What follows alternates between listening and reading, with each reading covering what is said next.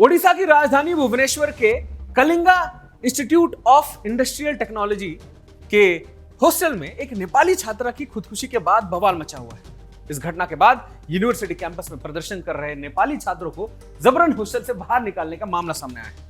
इस घटना ने तब और तूल पकड़ा जब मृतक के चचेरे भाई ने भुवनेश्वर के इंफोसिस पुलिस स्टेशन में शिकायत दर्ज कराई कि उसके बहन ने रविवार को अपने छात्रावास के कमरे में फांसी लगा ली है, सुसाइड कर लिया है। उसने दावा किया कि यूनिवर्सिटी का एक छात्र उसकी बहन को ब्लैकमेल कर रहा था।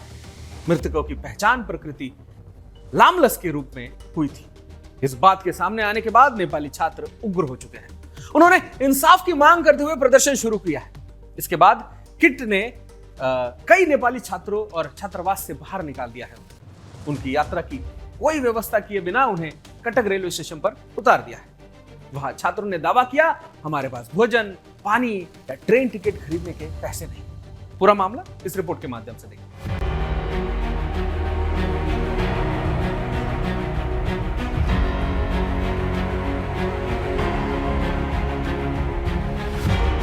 ओडिशा के भुवनेश्वर में स्थित Kalinga institute of industrial technology की बीटेक थर्ड ईयर की छात्रा प्रकृति लामसाल की मौत ने एक बार फिर यूनिवर्सिटी प्रशासन और छात्र संघों के बीच तनाव बढ़ा दिया है। पुलिस ने इसे आत्महत्या का मामला बताया, लेकिन इस मामले के बाद उठ रहे सवाल और उसके बाद के घटनाक्रमों ने इसे एक बड़ा विवाद बना दिया है। छात्रा की मौत के बाद से यूनिवर्सिटी प्रशासन पर गंभीर आरोप लग रहे हैं, जिसमें से सबसे बड़ा आरोप है घटना को दबाने की कोशिश। नेपाल के छात्रों ने आरोप लगाया कि प्रकृति लामसाल को उस समय के अपने साथी एक लड़के द्वारा लगातार प्रताड़ित किया जा रहा था। ये लड़का उसका बॉयफ्रेंड था। छात्रों का कहना है कि कई बार प्रशासन को शिकायत की गई, लेकिन उन शिकायतों पर कोई ध्यान नहीं दिया गया। इसके अलावा छात्रों का यह भी कहना था कि यूनिवर्सिटी प्रशासन ने इस मामले को दबाने की कोशिश की। आत्महत्या के बाद शव को हॉस्टल के कमरे में रखा गया और मामले को आत्महत्या दिखाने का प्रयास किया गया। प्रकृति की मौत के बाद यूनिवर्सिटी प्रशासन पर यह आरोप लग रहे हैं कि उन्होंने इस मामले को दबाने की कोशिश की। छात्रों का कहना था कि जब वो मामले की निष्पक्ष जांच की मांग करते हुए विरोध प्रदर्शन कर रहे थे, तो यूनिवर्सिटी ने उन्हें हॉस्टल से बाहर कर दिया, उन्हें कटक रेलवे स्टेशन पहुंचा दिया। कुछ छात्रों का यह भी कहना है कि उन्हें धमकियां दी गई और जबरन हॉस्टल खाली करवा दिया। प्रशासन ने इसे तनाव के बढ़ने की वजह बताई, लेकिन छात्रों का कहना है कि ये यूनिवर्सिटी का दबाव था ताकि इस मामले का और कोई कोण सामने न आए। यूनिवर्सिटी ने छात्रों के आरोपों को नकारते हुए कहा कि बढ़ते तनाव को देखते हुए उन्हें कैंपस से बाहर निकलने का आदेश दिया गया। प्रकृति की मौत पर अब भी कई सवाल उठ रहे हैं। क्या यह आत्महत्या थी या फिर हत्या का मामला जिसे आत्महत्या के रूप में पेश किया गया? क्या यूनिवर्सिटी ने घटना को दबाने की कोशिश की? इस मुद्दे पर अब तक जितनी जानकारी सामने आई, उसके बाद से कई काले धब्बे इस मामले पर लग चुके हैं। सोशल मीडिया और छात्रों की आवाजें उठ रही हैं और जांच में ये साफ होना चाहिए कि क्या यह आत्महत्या थी या फिर कुछ और। इस मामले की जांच जारी है, लेकिन ये कहना मुश्किल है कि सच क्या है। क्या कीट प्रशासन वास्तव में मामले को दबाने की कोशिश कर रहा था या फिर इसे सही तरीके से हैंडल नहीं किया गया? इस सवाल का जवाब अब पुलिस और जांच एजेंसियों को देना होगा। Bureau report, Sudarshan news. Bhubaneswar के किट विश्वविद्यालय में एक छात्रा का दुखद मौत के बाद अब जो हालात बन गए हैं वो सच में हैरान करने वाले हैं। क्या किसी की जान इतनी सस्ती हो सकती है कि उसके बाद भी उसे इंसाफ ना मिले? इस बीच अखिल भारतीय विद्यार्थी परिषद के छात्रों ने विश्वविद्यालय के बाहर घोषणाएं करने का ऐलान किया। आक्रोशित एबीवीपी सदस्य प्रशासन और सरकार से एक ही सवाल पूछ रहे हैं, इंसाफ क्यों नहीं? उनका कहना है कि इस मामले में अगर सही जांच होती तो यह खौफनाक घटना कभी नहीं होती, इसको टाला जा सकता। युवाओं के विरोध प्रदर्शन से साफ संदेश है, इंसाफ चाहिए, दे वांट जस्टिस। किट प्रशासन को यह समझना होगा कि जिस छात्र की जान गई है उनकी मौत का कोई हल्का कारण नहीं हो सकता। उसके लिए किट प्रशासन की जिम्मेदारी है और इस जिम्मेदारी से मुंह नहीं मोड़ा जा सकता।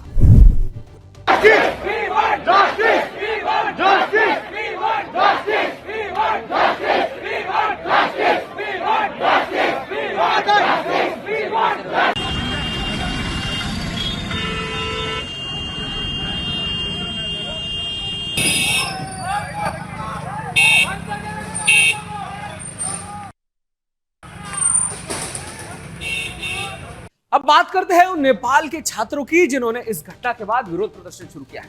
आपको पता है कि इन छात्रों को हॉस्टल से बाहर निकालने की धमकी दी गई थी। यह दबाव डालने की कोशिश थी ताकि मामला यही दब जाए। जब छात्रों ने न्याय की मांग की तो उन्हें कटक रेलवे स्टेशन तक भेज दिया गया। यूनिवर्सिटी ने उनके साथ ऐसा व्यवहार क्यों किया? क्योंकि वो मामले के खिलाफ आवाज उठा रहे थे।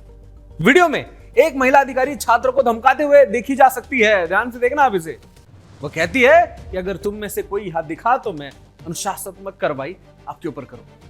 क्या यह शिक्षा संस्थान का रवैया होना चाहिए जहां छात्रों की सुरक्षा और उनके अधिकारों का सम्मान होना चाहिए? अब यूनिवर्सिटी प्रशासन अपनी सफाई देने की कोशिश कर रहा है। उनका कहना है कि छात्रों को बढ़ते तनाव को देखते हुए कैंपस खाली करने का आदेश दे दिया गया था। लेकिन यह क्या कोई तर्क है? कोई रीजन हो सकता है? कोई लॉजिक है इसके पीछे?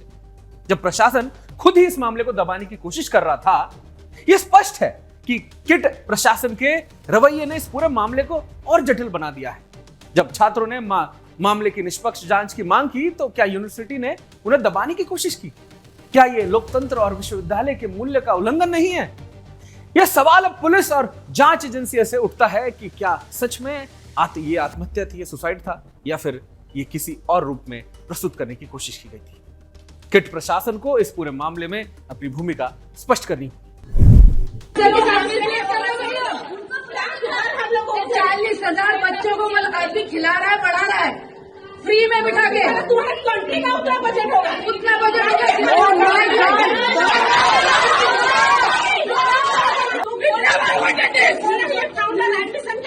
एडमिशन के लिए जब 40,000 बच्चों को फ्री में पढ़ाया, वो तुम्हें दिखाई देगी। Proud of your university. Record कर रहे हो, करो रिकॉर्डिंग करो। छात्रों ने कहा कि हमें हॉस्टल का कमरा खाली करने के लिए कहा गया था, हमें जबरन यहां से उतार दिया गया। 28 फरवरी को परीक्षा देनी थी, हम लोग मृतक छात्र के लिए प्रदर्शन करते रहे। हमें नहीं पता कि उनके इरादे क्या थे, लेकिन हम जाने के लिए मजबूर किया गया। आप भी बात पूरी सुनिए। एक लड़की सुसाइड की थी, उसके लिए हम लोग प्रोटेस्ट कर रहे थे, और प्रोटेस्ट को मतलब ना हो प्रोटेस्ट दबाने के लिए।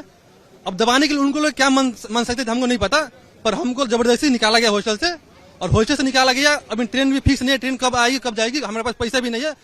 एक ऑफिशियल नोटिस आया था हम लोग के पास कि जितने भी नेपाल के स्टूडेंट है उनको सस्पेंड किया गया, जल्द से जल्द हॉस्टल मतलब खाली करो।